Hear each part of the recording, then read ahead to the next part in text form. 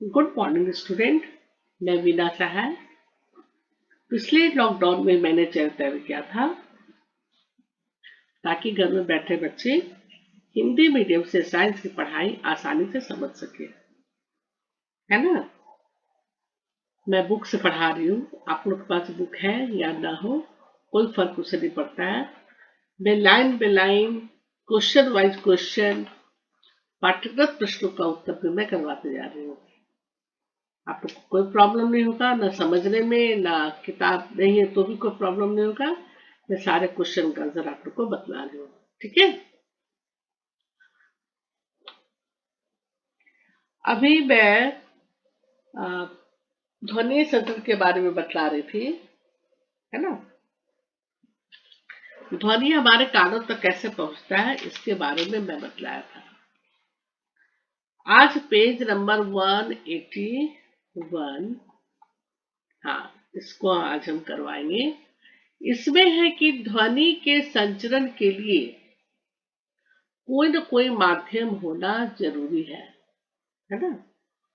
हम पहले भी बतलाए थे क्लास में कि ध्वनि के संचरण के लिए माध्यम होना बहुत जरूरी है, चाहे वो माध्यम ठोस हो, द्रव हो, गैस हो, कोई भी माध्यम हो, लेकिन माध्यम होना जरूरी है ना। निर्वात में यानी कि वैक्यूम में हम आवाज को नहीं सुन सकते हैं। आवाज की कड़े, उनकी तरंगे, ना तो उनमें संचरण होगा और ना ही हमारे कानों तक आवाज होगी, ठीक है। तो ध्वनि के संचरण के लिए वायु सबसे अधिक सामान्य माध्यम है। जब कोई कंपमान वस्तु आगे की ओर कंपन करती है तो अपने सामने की वायु को धक्का देकर संपीड़ित कर देती है, और इस प्रकार एक संपीड़ित कर देती है यानी कॉम्प्रेस कर देती है, और इस प्रकार उच्च दाब का क्षेत्र उत्पन्न होता है। इस क्षेत्र को संपीड़न यानी कि कंप्रेशन कहते हैं। और कंप्रेशन देखिए यहाँ पर बहुत जो घना है, यहाँ पर है ना, जो वेव निकलता है, जो तरंग निकलता है, देखिए तरंग किस तरह का दिख रहा है यहाँ पर, बहुत ज्यादा घना, है ना। और यहाँ पर थोड़ा दूर दूर में, तो यहाँ की तरंगे में कुछ कुछ अंतराल है, इसको बोलेंगे रेयर फैक्शन। हाँ, और कैसे डिनोट करेंगे, आर से। फिर होगा कॉम्प्रेशन यानी कि सी, संपीड़न। फिर यहाँ पर बहुत ज्यादा घनत्व रहेगा, बहुत घना दाब रहेगा। फिर रेयर कॉम्प्रेशन, और इसी तरह यह तरंग सी आर करते हुए आगे बढ़ते जाती है ना। तो उच्च दाब का क्षेत्र उत्पन्न होता है, ये है उच्च दाब का क्षेत्र। इस क्षेत्र को सी कहते हैं यानी कि कंप्रेशन कहते हैं, संपीड़न कहते हैं। यह संपीड़न कंपमान वस्तु से दूर आगे की ओर गति करता है, आगे की ओर गति करता है। जब कंपमान वस्तु पीछे की ओर कंपन करती है तो एक निम्न दाब का क्षेत्र उत्पन्न होता है, जिसे विरलन कहते हैं, विरलन यानी कि आर। आर से रेयर फैक्शन, आर से क्या कहते हैं हम लोग, रेयर फैक्शन। तो रेयर फैक्शन ना बोल के अब आर बोलेंगे, और कंप्रेशन की जगह पर सी बोलेंगे। तो ये हमारा चित्र दिखला रहा है, ये टूनिक फॉर्क है यानी कि स्वरित द्विभुज है। और ये जब कंपन हो रहा है तो देखिए किस तरह से तरंगे निकल रही है। एक बहुत घना दाब घनत्व रहेगा, एक विरलन रहेगा, फिर एक घना रहेगा कंप्रेशन, और दूसरा रेयर फ्रैक्शन। तो इस तरह हमारे कंपमान वस्तु किसी माध्यम में संपीड़न तथा विरलन की श्रेणी को उत्पन्न करते हुए आगे बढ़ते जाते हैं। और ये क्रिया तब तक चलती रहती है जब हमारे कानों तक, जब तक सुनाई नहीं पड़ जाता है ना, तब तक ध्वनि का संचरण होता है। अर्थात आगे और पीछे तेजी से गति करती है तो वायु में संपीड़न और विरलन एक श्रेणी बन जाती है। चित्र में देखिए,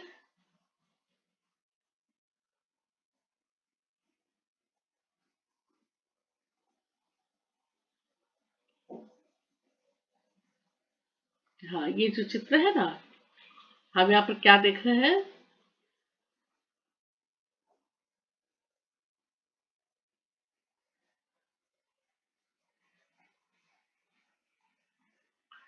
कंपमान वस्तु किसी माध्यम में संपीड़न तथा विरलन की श्रेणी उत्पन्न करते हुए का चित्र दिखला रहा है।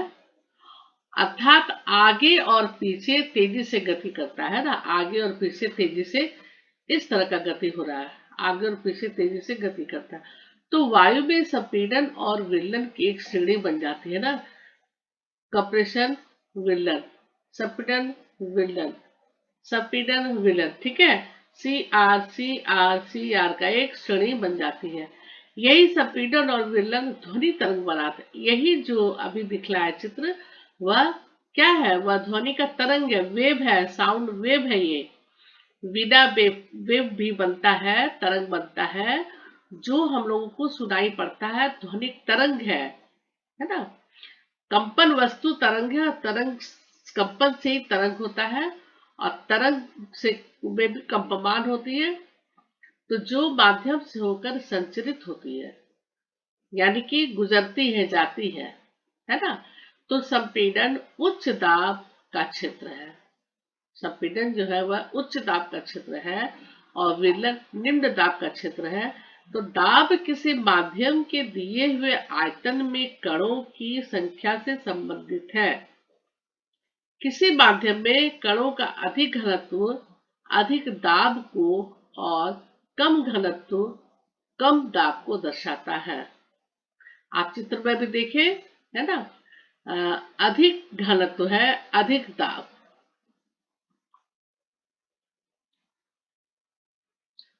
अधिक घनत्व और अधिक दाब, और कहीं पर कम घनत्व है और कम दाब।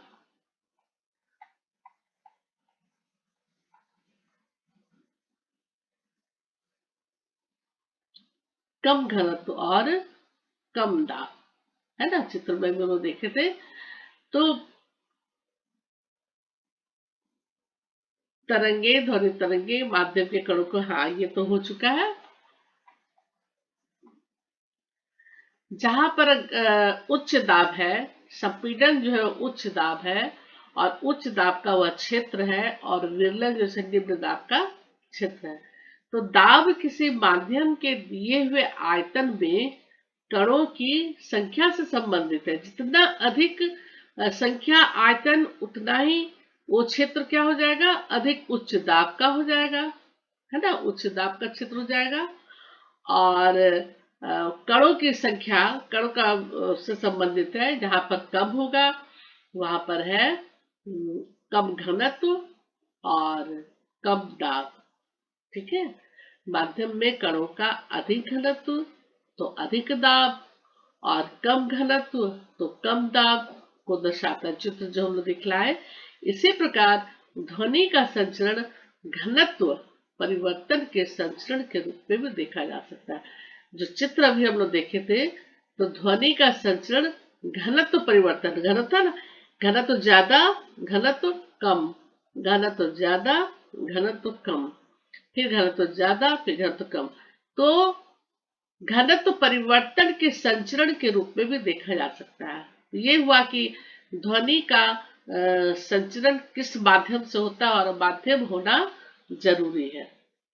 तो पहला प्रश्न ये है कि किसी माध्यम में ध्वनि द्वारा उत्पन्न विक्षोभ आपके कानों तक कैसे पहुंचता है ना। प्रश्न है कि किसी माध्यम में ध्वनि द्वारा उत्पन्न विक्षोभ हमारे कानों तक कैसे पहुंचता है। इसका आंसर है कि हम जानते हैं कि कोई भी वस्तु, है ना, कोई भी वस्तु कंपन करती है, और कंपन करती है, तरंगे उत्पन्न होती है, और उसके चारों ओर के कणों को भी, चारों तरफ के कणों को भी वाइब्रेट कर देती है, उसको कंपमान कर देती है। और ये कण कंपमान वस्तु से स्वयं चलकर हमारे कानों तक नहीं पहुंचते, है ना। कंपमान वस्तु स्वयं चलकर हमारे कानों तक नहीं पहुंचते हैं, बल्कि कंपमान वस्तु के संपर्क में रहने वाले माध्यम के कण अपने संतुलित अवस्था से विस्थापित हो जाते हैं। फर्स्ट पेज में पूरा क्लियर दिया हुआ है, संतुलित अवस्था से विस्थापित हो जाते हैं और अपने निकट के जितने भी कण हैं, अपने निकटवर्ती कण पर फोर्स लगा करके यानी कि बल लगाकर उसे भी विस्थापित कर देते हैं। अपने आगे के जो कण हैं, निकटवर्ती कण, उसको भी विस्थापित कर देते हैं और तथा प्रारंभिक कण जो है वह अपनी मूल अवस्था में लौट जाता है। वह लौट जाता है, लेकिन माध्यम के कण जो है सो निकटवर्ती कण पर बल लगाकर उसे विस्थापित कर देते हैं और वह मूल अवस्था में लौट जाती है। लेकिन यह प्रोसेस चलते रहता है। कण जो है वह संतुलित अवस्था में स्थापित होती है, फिर कण पर बल लगाकर उसको स्थापित करता है, फिर आगे बढ़ता है, फिर निकटवर्ती कण पर बल लगाता है, फिर उसको स्थापित कर देती है। तो ये प्रोसेस जो है वह चलते रहता है। यह प्रोसेस तब तक चलते रहता है जब तक कि हमारे कानों तक वो आवाज पहुंच नहीं जाती है। ठीक है, जब तक मेरी कानों तक आवाज पहुंच न जाए यह प्रक्रिया चलते रहती है। इस तरह माध्यम में ध्वनि द्वारा उत्पन्न विक्षोभ हमारे कानों तक, विक्षोभ माध्यम से होता हुआ हमारे कानों तक पहुंचता है। ठीक है, ये फर्स्ट या सेकेंड पेज में बहुत अच्छा से दिया हुआ है और आप इसको आराम से, मैं तो बताई हूँ और इसे आप खूब अच्छी तरह से ध्वनि का संचरण में इसको लाइन में आप पढ़ भी सकते हैं, है ना। कुछ डाउट हो तो उसमें आप पढ़ सकते हैं। फिर है ध्वनि संचरण के लिए माध्यम की आवश्यकता होती है। ये तो पहले भी मैं बता चुकी हूँ। ध्वनि संचरण के लिए माध्यम की आवश्यकता होती है। ध्वनि एक यांत्रिक तरंग है ना। ध्वनि एक यांत्रिक तरंग है और इसके संचरण के लिए किसी माध्यम जैसे हवा, जल यानी कि लिक्विड द्रव और स्टील आदि यानी कि सॉलिड आदि की आवश्यकता होती है ना। तो हम इसको कह सकते हैं ठोस, द्रव, गैस आवश्यकता होती है। यह निर्वात में होकर नहीं चल सकती। निर्वात मीन्स वैक्यूम। वैक्यूम मीन्स जहां थोड़ा सा भी हवा न हो, एयर टाइट। इसे निम्न प्रयोग द्वारा प्रदर्शित किया जा सकता है कि हवा में आवाज का संचरण होता है या नहीं, सुनाई पड़ती है या नहीं पड़ती है। इसका एक छोटा सा एक्सपेरिमेंट करके इसको दिखाया गया। एक विद्युत घंटी है और एक कांच का बेलजार है, वायुरुद्ध बेलजार है। विद्युत घंटी को बेलजार में लटकाइए और बेलजार को 12.6 की भांति एक निर्वात पंप से जोड़िए। घंटी के स्विच को दबाने पर हम क्या देखते हैं? घंटी के स्विच को दबाने पर हम उसकी ध्वनि को सुन सकते हैं, उसकी आवाज को सुन सकते हैं, घंटी की आवाज को। अब निर्वात पंप को चलाइए। पंप जो है, जो निर्वात पंप को चलाना है, तो धीरे धीरे क्या हो जाएगा? हवा कम होता जाएगा। जब बेलजार की वायु धीरे धीरे बाहर निकलती है, इसका मतलब क्या हो रहा है? वह निर्वात पंप को चलाने से धीरे धीरे बेलजार के अंदर का हवा, वायु धीरे धीरे बाहर निकलने लगता है और घंटी की ध्वनि धीमी होती जाती है। क्यों धीमी हो रहा है? क्योंकि वायु धीरे धीरे बाहर निकल रही है ना। यद्यपि उसमें पहले जैसी ही विद्युत धारा प्रवाहित हो रही है। कुछ समय पश्चात जब बेलजार में बहुत कम हवा रह जाता है, तब हमको बहुत धीमी ध्वनि सुनाई पड़ती है और जब पूरा वायु निकल जाता है, पूरी वायु निकाल दी जाती है, तो क्या होता है कि हमको घंटी की आवाज सुनाई नहीं पड़ती है। इस प्रयोग से हमको क्या पता चल रहा है कि संचरण के लिए, वायु संचरण के लिए माध्यम तो चाहिए ही। इसका माध्यम पर क्या था? वायु, है ना। वायु सबसे अच्छा माध्यम है जिससे कि ध्वनि का संचरण होता है। तो बेलजार का चित्र देखिए यहाँ पर बना हुआ है। ये है बेलजार, इसके अंदर ये घंटी लगी हुई है, विद्युत घंटी टन टन आवाज वाली, ट्रिंग ट्रिंग आवाज करती है। इसको कॉर्क से टाइट कर दिया गया। यहाँ पर स्विच है, विद्युत धारा और बेलजार, इस बर्तन को कहते हैं बेलजार। हाँ, और ये घंटी। यहाँ पर क्या किया गया, एक निर्वात पंप लगा दिया। यहाँ से क्या हो रहा है, वायु को निकाल दिया जा रहा है। ठीक है, तो निर्वात में ध्वनि का संचरण नहीं हो सकता है। जब हम धीरे धीरे वायु को यहाँ से निकालते जाएंगे तो क्या होगा, घंटी धीरे धीरे सुनाई देना बंद होता जाएगा। और जब लास्ट में पूरा एयर निकल जाएगा या टाइट हो जाएगा तो निर्वात में ध्वनि का संचरण नहीं हो सकेगा। यही ये एक्सपेरिमेंट दिखला रहा है, निर्वात में ध्वनि का संचरण नहीं होता है। ठीक है, बस यही है इसका आंसर। और जैसे कि हम चंद्रमा पर हम चिल्लाते रहेंगे तो कोई नहीं सुनेगा, है ना, क्योंकि वहां पर वायु के कोई माध्यम नहीं, कोई एटमॉस्फेयर नहीं है, तो वहां हमारा चिल्लाना बेकार हो जाएगा। अब है, फिर एक प्रश्न है कि आपके विद्यालय की घंटी ध्वनि कैसे उत्पन्न करती है। सबके विद्यालय में घंटी होगा। यदि विद्यालय में घंटी नहीं हो, चर्च में घंटी है, मंदिर में घंटी है ना, फिर हम लोग जो पूजा करते हैं वो वाली घंटी है। तो चारों तरफ हम देखते हैं कि घंटी जो ध्वनि उत्पन्न करती है, हाँ, और वह ठोस की रहती है और उसकी आवाज थोड़ा जरूरत से ज्यादा तेज आवाज होती है। तो इसका आंसर होगा, ध्वनि संचरण के लिए माध्यम की आवश्यकता होती तो है ही। और विद्यालय की घंटी ध्वनि कैसे उत्पन्न करती है, हम जानते हैं कि कोई भी धातु को पीटने से, हम जानते हैं कि धातुओं के मैक्सिमम, है ना, मैक्सिमम धातुओं को पीटने से आवाज उत्पन्न होती है। तो विद्यालय की घंटी भी धातु की बनी होती है ना, आप लोग भी जान रहे हैं। पीतल की घंटी ज्यादातर रहती है, विशुद्ध धातु की रहती है। ऐसे जनरली घंटी क्या चीज का रहता है, पीतल का रहता है। तो पीतल की बनी रहती है, धातु की बनी रहती है, और खासकर पीतल की बनी होती है। इस पर हथौड़े की चोट से जब हथौड़ा मारा जाता है तो क्या करती है, कंपनमान करती है। और कंपन के कारण जो विक्षोभ उत्पन्न होता है, तरंग जो उत्पन्न होती है, वेव जो निकलता है, वह तरंग एक विक्षोभ है जो हवा में कंपन करती हुई हमारे कानों तक पहुंच जाती है ना।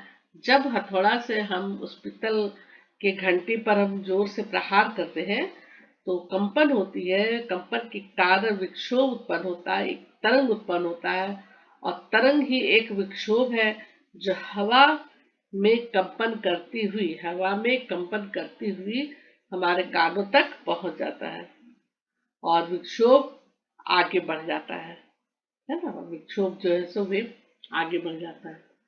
तो ये घंटी तो आप लोग सब देखेंगे, सबके घर में होगा, सबके विद्यालय में होगा, रेलवे स्टेशन में रहता है, चर्च में रहता है, मंदिर में रहता है, हमारे विद्यालय में रहता है ना। अच्छा, अब है सेकेंड क्वेश्चन, ध्वनि तरंगे को यांत्रिक तरंगे क्यों कहा जाता है। ध्वनि तरंगों को यांत्रिक तरंगे क्यों कहते हैं। इसके पहले भी हम बताए थे कि ध्वनि एक यांत्रिक तरंग है ना। ध्वनि एक यांत्रिक तरंग है। आप यहीं पर देखिए पेज नंबर इसी में कि ध्वनि एक यांत्रिक तरंग है और इसके संचरण के लिए किसी माध्यम की आवश्यकता होती है। ध्वनि खुद अपने आप में एक यांत्रिक तरंग है। तो ध्वनि तरंगों को संचरित करने के लिए माध्यम चाहिए, है ना, कोई ना कोई माध्यम चाहिए जिससे होकर यह संचरित करता है, जैसे ठोस है, द्रव है और गैस। यह निर्वात से होकर नहीं चलती है। ये इसी प्रकार की गति अन्य कणों में उत्पन्न करती है और विक्षोभ आगे बढ़ता जाता है। कण जो है इस प्रकार की गति अन्य कणों में उत्पन्न करती है और विक्षोभ आगे बढ़ता जाता है। इसी माध्यम के कण आगे पीछे कंपन करते हैं। माध्यम के जो कण है वह आगे पीछे कंपन करते हैं और इसी कंपन के कारण इसी साउंड को हम वेव मतलब तरंग के रूप में जाना जाता है और इसीलिए ध्वनि तरंग को यांत्रिक तरंग कहते हैं। ये क्वेश्चन बिल्कुल हार्ड नहीं है, सब तरंग से पर निर्भर करता है, सब वाइब्रेशन पर, विक्षोभ, संचरण, सब एक ही चीज है। जब हम किसी से पीटेंगे वह कंपन करेगा, कंपन करेगा यानी कि उसमें तरंग उत्पन्न होगा, तरंग उत्पन्न होगा, विक्षोभ होगा, है ना। तो और वो होगा तो फिर तरंगे कण का आगे पीछे कण कंपन करेगा। जब आगे पीछे कण कंपन करेंगे तो हमें सुनाई पड़ेगा। तो इसीलिए साउंड को वेव के रूप में जाना जाता है, साउंड को एक तरंग के रूप में जाना जाता है ना। साउंड को, ध्वनि को तरंग के रूप में जाना जाता है और ध्वनि तरंग को यांत्रिक तरंग के रूप में जाना जाता है। यानी कि ध्वनि को ध्वनि तरंग को हम यांत्रिक तरंग कहने लगते हैं, भी कहते हैं, है ना, यांत्रिक तरंग भी कहते हैं। ये हो गया दूसरा क्वेश्चन। तीसरा क्वेश्चन है कि मान लीजिए आप अपने मित्र के साथ चंद्रमा पर गए हुए हैं, तो क्या आप अपने मित्र द्वारा उत्पन्न ध्वनि को सुन पाएंगे, है ना। क्या आप अपने मित्र के साथ चंद्रमा पर यदि गए हुए हैं तो क्या आप उनसे बात कर पाएंगे, चाहे आप उनसे बात जो करते हैं वो आपको पुकारे तो क्या आपको सुनाई पड़ेगा, क्या आप सुन पाएंगे? नहीं। हम चंद्रमा पर जब गए हुए हैं तो अपने मित्र द्वारा किसी भी आवाज को, किसी भी बात को हम नहीं सुन पाएंगे, कोई भी ध्वनि हम नहीं सुन पाएंगे, ठीक है। क्योंकि ध्वनि संचरण के लिए कोई ना कोई माध्यम होती है और माध्यम की आवश्यकता होती है, जबकि चंद्रमा पर वायुमंडल नहीं होता है ना। चंद्रमा पर आपको ये ध्यान देना होगा, याद रखना होगा कि हमें माध्यम की जरूरत होती है और चंद्रमा पर कोई वायुमंडल नहीं होता है, ठीक है। तो वायुमंडल नहीं होता है, अतः निर्वात में हम ध्वनि नहीं सुन सकेंगे। जो बेलजार वाला प्रयोग देखे, है ना, बेलजार वाला जो प्रयोग देखे तो उसमें क्या है कि इसमें निर्वात में जब धीरे धीरे निर्वात हो जाता है, बिल्कुल खाली हो जाता है हवा, तब सुनाई नहीं पड़ती। तो वही चीज यहाँ पर है, वहां पर एटमॉस्फेयर नहीं है, किस तरह का वायुमंडल नहीं है, तो हजार पुकारने से, हजार बोलने से भी वह ध्वनि हमारे कानों तक सुनाई नहीं पड़ेगी। यहां तक हो गया क्लियर? क्वेश्चन 1, फिर क्वेश्चन 1 to 3, पेज नंबर, चलिए यहाँ तक पेज 82, 182 में कुछ क्वेश्चन सॉल्व हो गए, है ना। अब हम देख रहे हैं ध्वनि तरंगे अनुदैर्घ्य तरंगे हैं, है ना। ध्वनि तरंगे अनुदैर्घ्य तरंगे हैं, तरंगे अनुप्रस्थ भी होती है, तरंगे दोनों होते हैं, अनुप्रस्थ भी होते हैं और अनुदैर्घ्य भी होते हैं। लेकिन यहाँ पर हम ध्वनि तरंग के बारे में पढ़ रहे हैं, तो ध्वनि तरंग अनुदैर्घ्य तरंगे हैं। तो इसके नेक्स्ट क्लास में हम ये स्प्रिंग और इसकी सहायता, इसका एग्जाम्पल हम बतलाएंगे और कैसे कंप्रेशन एयर, कंप्रेशन रिफ्लेक्शन किस तरह से दर्शाता है तरंगों को, इसके बारे में नेक्स्ट क्लास में हम बतलाएंगे, है ना। तब तक आप इसको समझिए, कॉपी में नोट्स बना करके देखिए, एक बार समझ में नहीं आता है 2 बार पढ़िए, 3 बार पढ़िए, और जब उस पर भी यदि कुछ डाउट रहे तो आप कमेंट कीजिए, ठीक है। सब्सक्राइब कीजिए, आइकन बेल प्रेस करना आप भूलिएगा नहीं। और मैं चाहती हूँ कि मैं आप लोग को जहां तक हो सके को अच्छी तरह से समझाऊं, ताकि और परेशानी आप लोग को नहीं कि और मैं कहाँ जाऊं, क्या करूं, ठीक है। इसलिए खूब अच्छा से आप लोग पढ़िए, एग्जामिनेशन भी नजदीक आने वाला है। Okay bye, thank you.